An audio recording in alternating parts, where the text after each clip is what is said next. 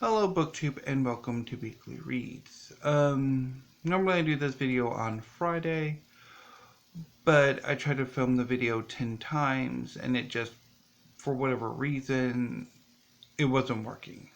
And I don't edit, I don't know how to edit, so it's just one take. Which is probably why my videos are not terribly good. But anyway, so I know there's a lot of stuff going on in the world, and these videos are also often quite vloggy. But I'm just going to jump right ahead and talk about the books I've been reading, and I might make a video, and I might not. I don't know. So anyway, let's get to what I've been reading. So I started the previous round of reading with Dark Mondays by Kage Baker. This is a reread. I read it early in 2019. And at the time, I thought the collection was, as a lot of short story collections are, uneven. I think I like about half the collection. I really like The Two Old Women, Portrait with Flames, Calamari Curls, and Oh False Young Man.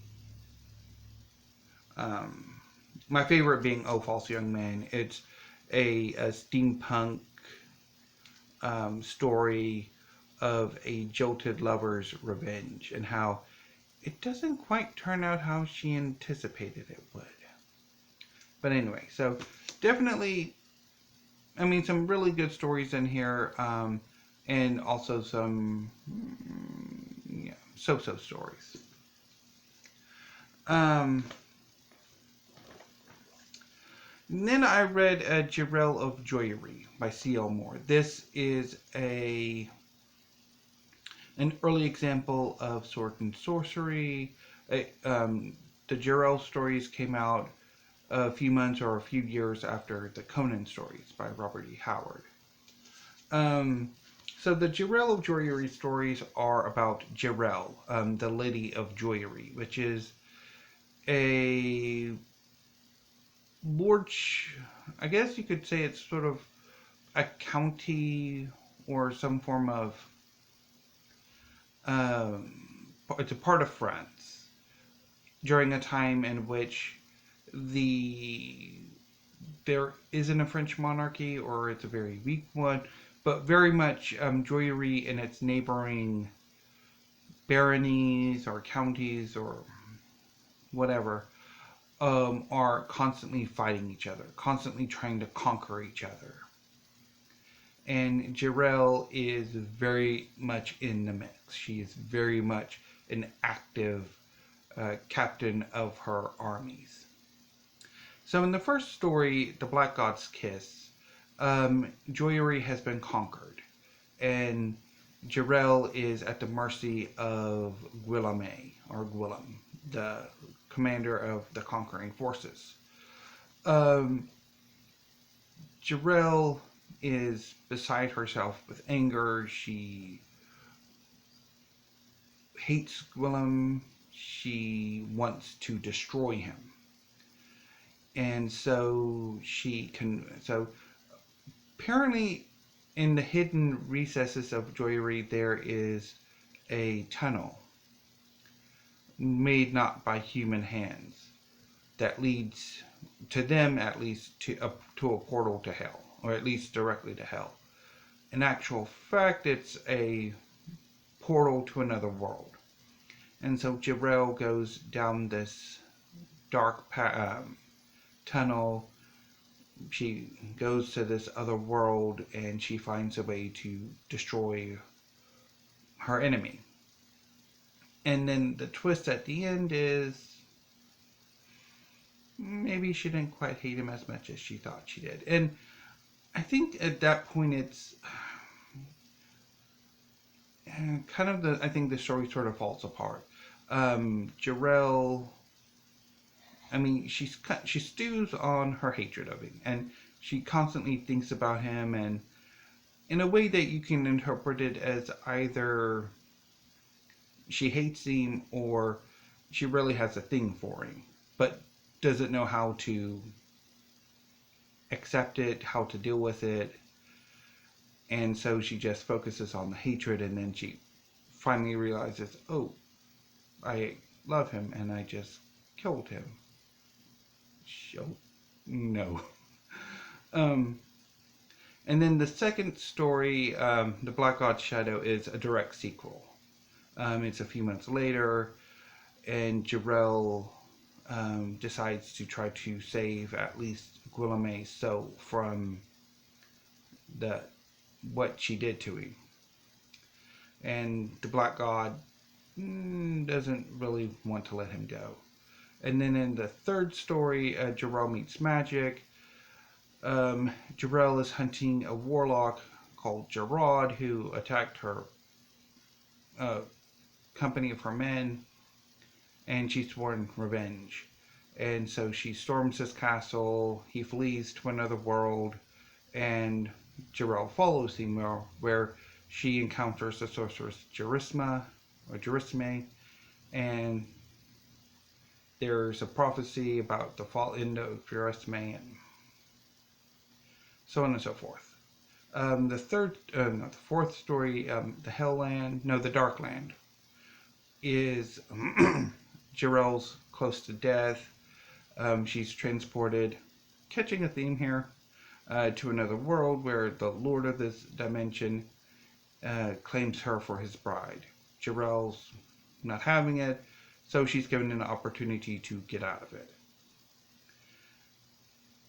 And then in the final story, Helgard, Jirel does not travel to another dimension. Instead, she travels to a haunted castle where she must find a treasure to ransom her soldiers who have been captured by a rival lord.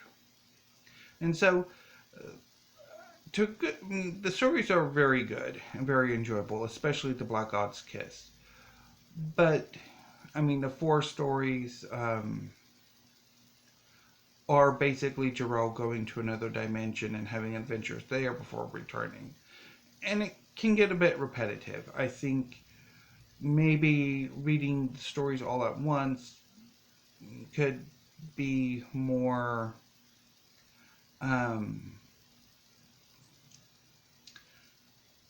break them up, read them here and there rather than all in one go. Might sort of take the familiarity out of a lot of the first batch of stories.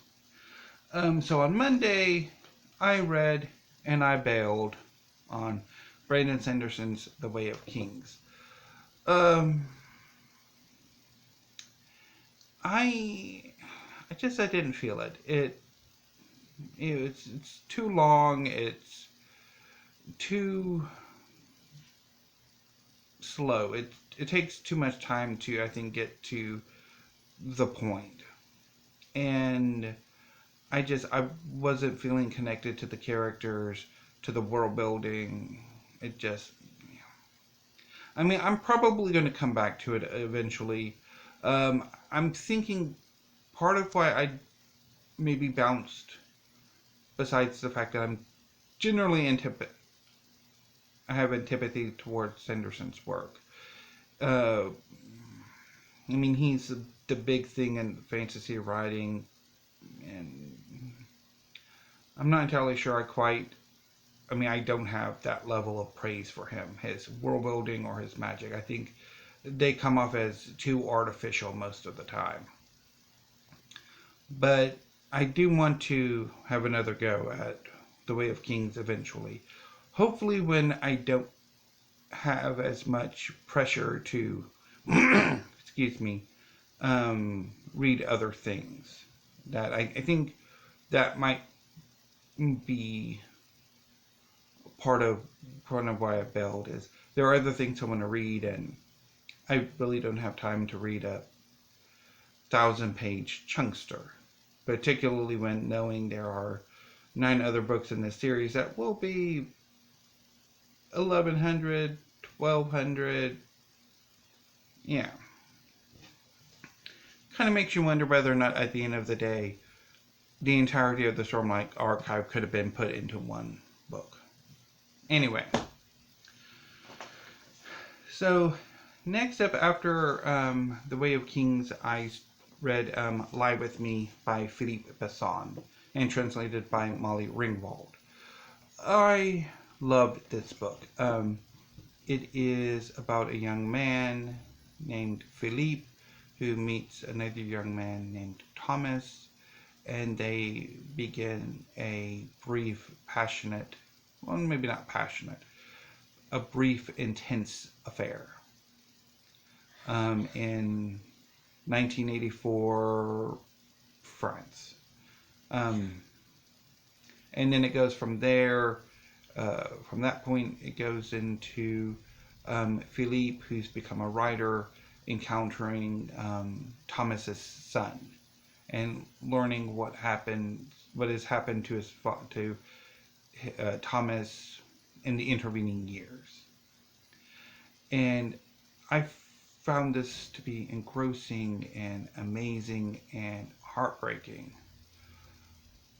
The concept of you will leave and we will stay, which just, there's something about that phrase and how it plays into the story just moves me. And then that final unsent letter just wows me.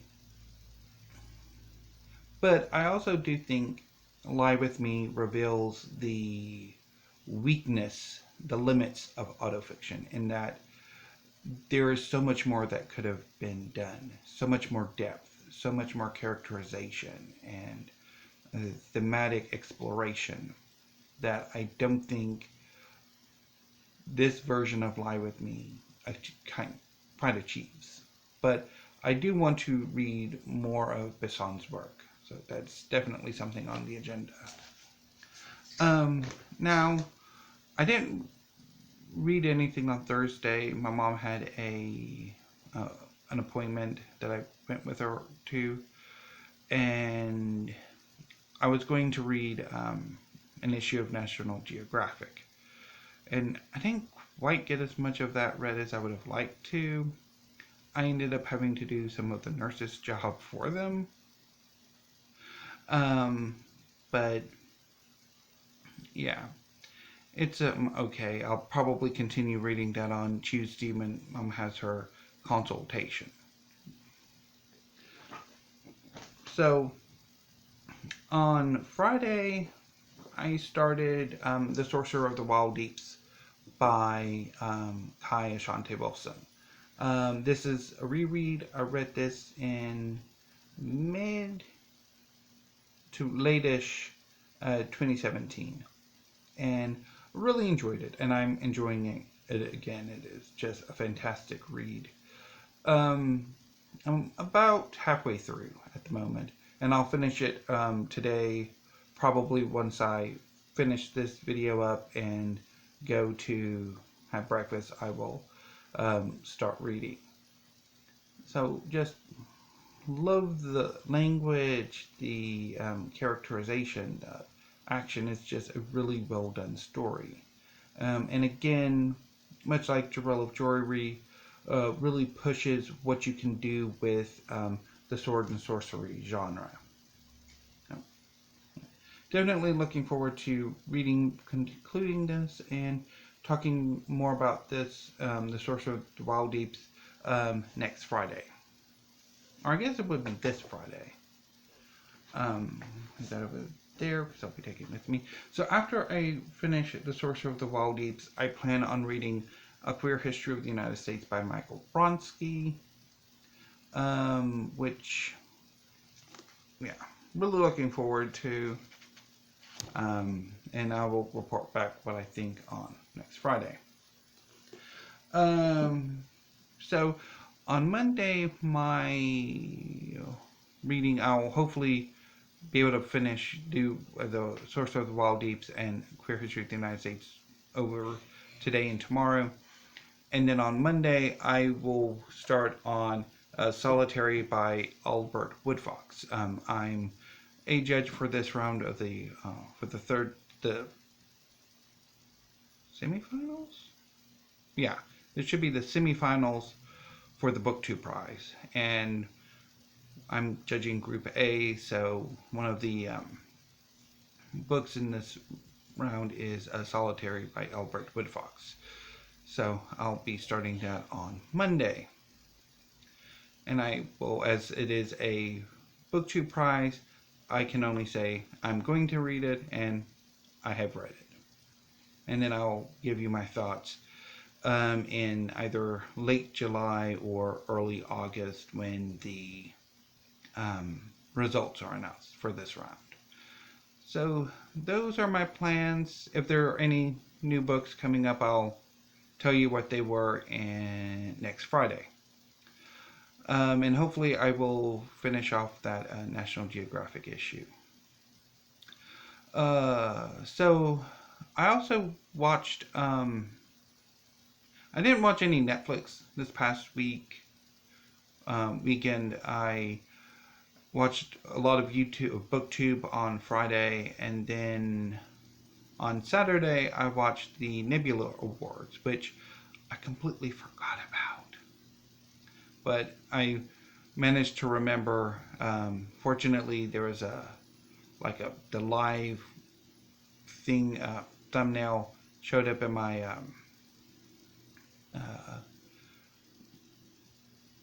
subscription, and I'm like, oh, it's today. So I watched the Nebula Awards live stream. I loved it. It was amazing. I'm blanking on the host's name, but she was amazing. Just absolutely amazing. And it was just incredibly well done. Maybe that's what they could, definitely was an amazing experience. Hopefully the Hugo Awards are as amazing. So as far as what I'm going to be doing this week, watching wise, I just watched a bunch of YouTube last night, and I'm thinking I'm either going to do some more current BookTube, or I might go through my YouTube watch later list. I got like 300 videos I need to watch in there, and go and watch some of that while I do some writing. But other than that, BookTube, next week I'm not entirely sure what I will be doing on Monday. Tuesdays I'm going to be doing the Pi book tag. Wednesday will probably be a Wednesday Writing Wednesday video, and then Thursday I don't know, and then Friday obviously hopefully weekly reads. So anyway, BookTube, I will see you on Monday, and until then, thank you, stay safe, and have a great weekend.